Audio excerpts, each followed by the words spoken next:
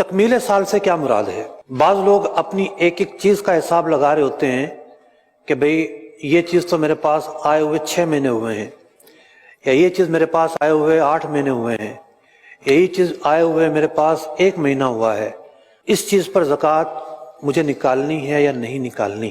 تو یاد رکھیے کہ تکمیل سال سے مراد یہ نہیں ہے کہ آپ ہر چیز کے بارے میں سال کا حساب لگائیں گے۔ نصاب کا سال کسے کہتے ہیں؟ آئیے میں اس چارٹ کے ذریعے آپ کو سمجھاتا ہوں۔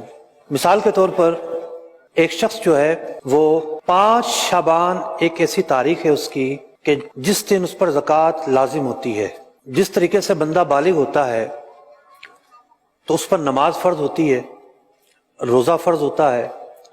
چلو روزہ تو وہ جب رکھے گا جب رمضان آئے گا، لیکن رات کو بالغ ہوا تو اسی رات کی عشاء کی نماز اس پر فرض ہو گئی، صبح اٹھے گا فجر کی نماز اس کو پڑھنی پڑے گی۔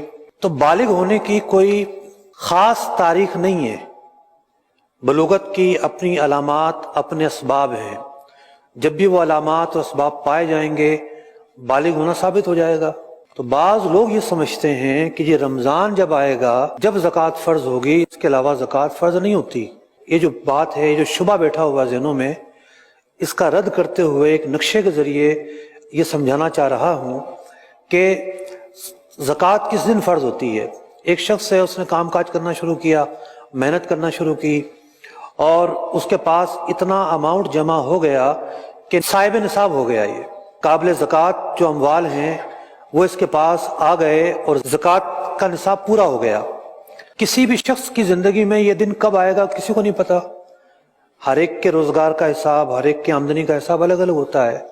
اب ہم فرض کر لیتے ہیں وہ تاریخ 5 شعبان تھی، 5 شعبان کے بعد رمضان کا مہینہ آتا ہے، شوال، ذوالقعدہ، ذوالحجہ، محرم، صفر، ربیع الاول، ربیع الاخر، جمادی الاولیٰ، جمادی الاخر، رجب۔ اگلے سال جب وہی 5 شعبان کی تاریخ آئے گی اور 5 شعبان کی تاریخ آتے ہوئے وہی دن اور وہی گھنٹے اور وہی منٹ آئیں گے، یہ وہ لمحہ ہوگا جب سال کا پورا ہونا کہلائے گا۔ اب جو تاریخ ہے یہ زکوٰۃ کے نصاب کے سال کی جو تاریخ ہوتی ہے یہ وہ تاریخ کہلائے گی۔ اب اس تاریخ سے ایک دن پہلے بھی، مثال کے طور پر رہنے کا گھر تھا کسی کے پاس، رہنے کے گھر پر زکوٰۃ فرض نہیں ہوتی، لیکن ایک دن پہلے 4 شعبان کو کسی نے گھر سیل کر دیا 1 کروڑ روپے کا، تو بتائیے اب جو اس کی ملکیت میں ہے وہ پراپرٹی ہے یا کرنسی ہے؟ جی حاضرین پتہ چلے بیٹھے ہوئے ہیں، کرنسی۔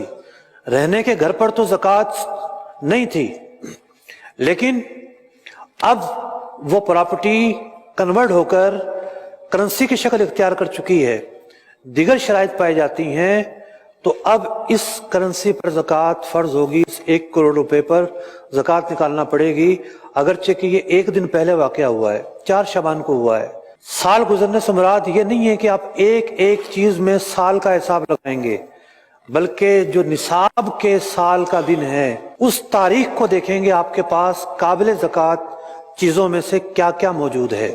آپ کا سونا موجود ہے، چاندی موجود ہے، مال تجارت موجود ہے، کرنسی موجود ہے، آپ دیکھیں گے کتنی موجود ہے اور شرائط پائی جاتی ہیں تو زکوٰۃ ادا کر دیں گے۔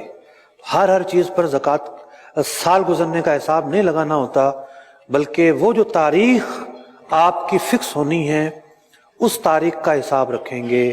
اب آپ کہیں گے وہ تاریخ تو ہمیں پتہ ہی نہیں، کب ہمارے پاس پہلی مرتبہ اتنا مال آیا تھا، کب ہم صاحب نصاب ہوئے تھے، اور کب جو ہے وہ تاریخ تھی، تو اس کا جواب تو میرے پاس بھی نہیں ہے، مجھے کیا پتا آپ کب صاحب نصاب ہوئے تھے۔ لیکن اس کا جواب آپ کے ہی پاس ہے، آپ کو ظن غالب سے ایک بہتر اندازے سے اس تاریخ کو متعین کرنا پڑے گا، مقرر کرنا پڑے گا۔ تو زکوٰۃ کا سال جس دن پورا ہو رہا ہے اس کے بعد آپ کو تاخیر نہیں کرنی۔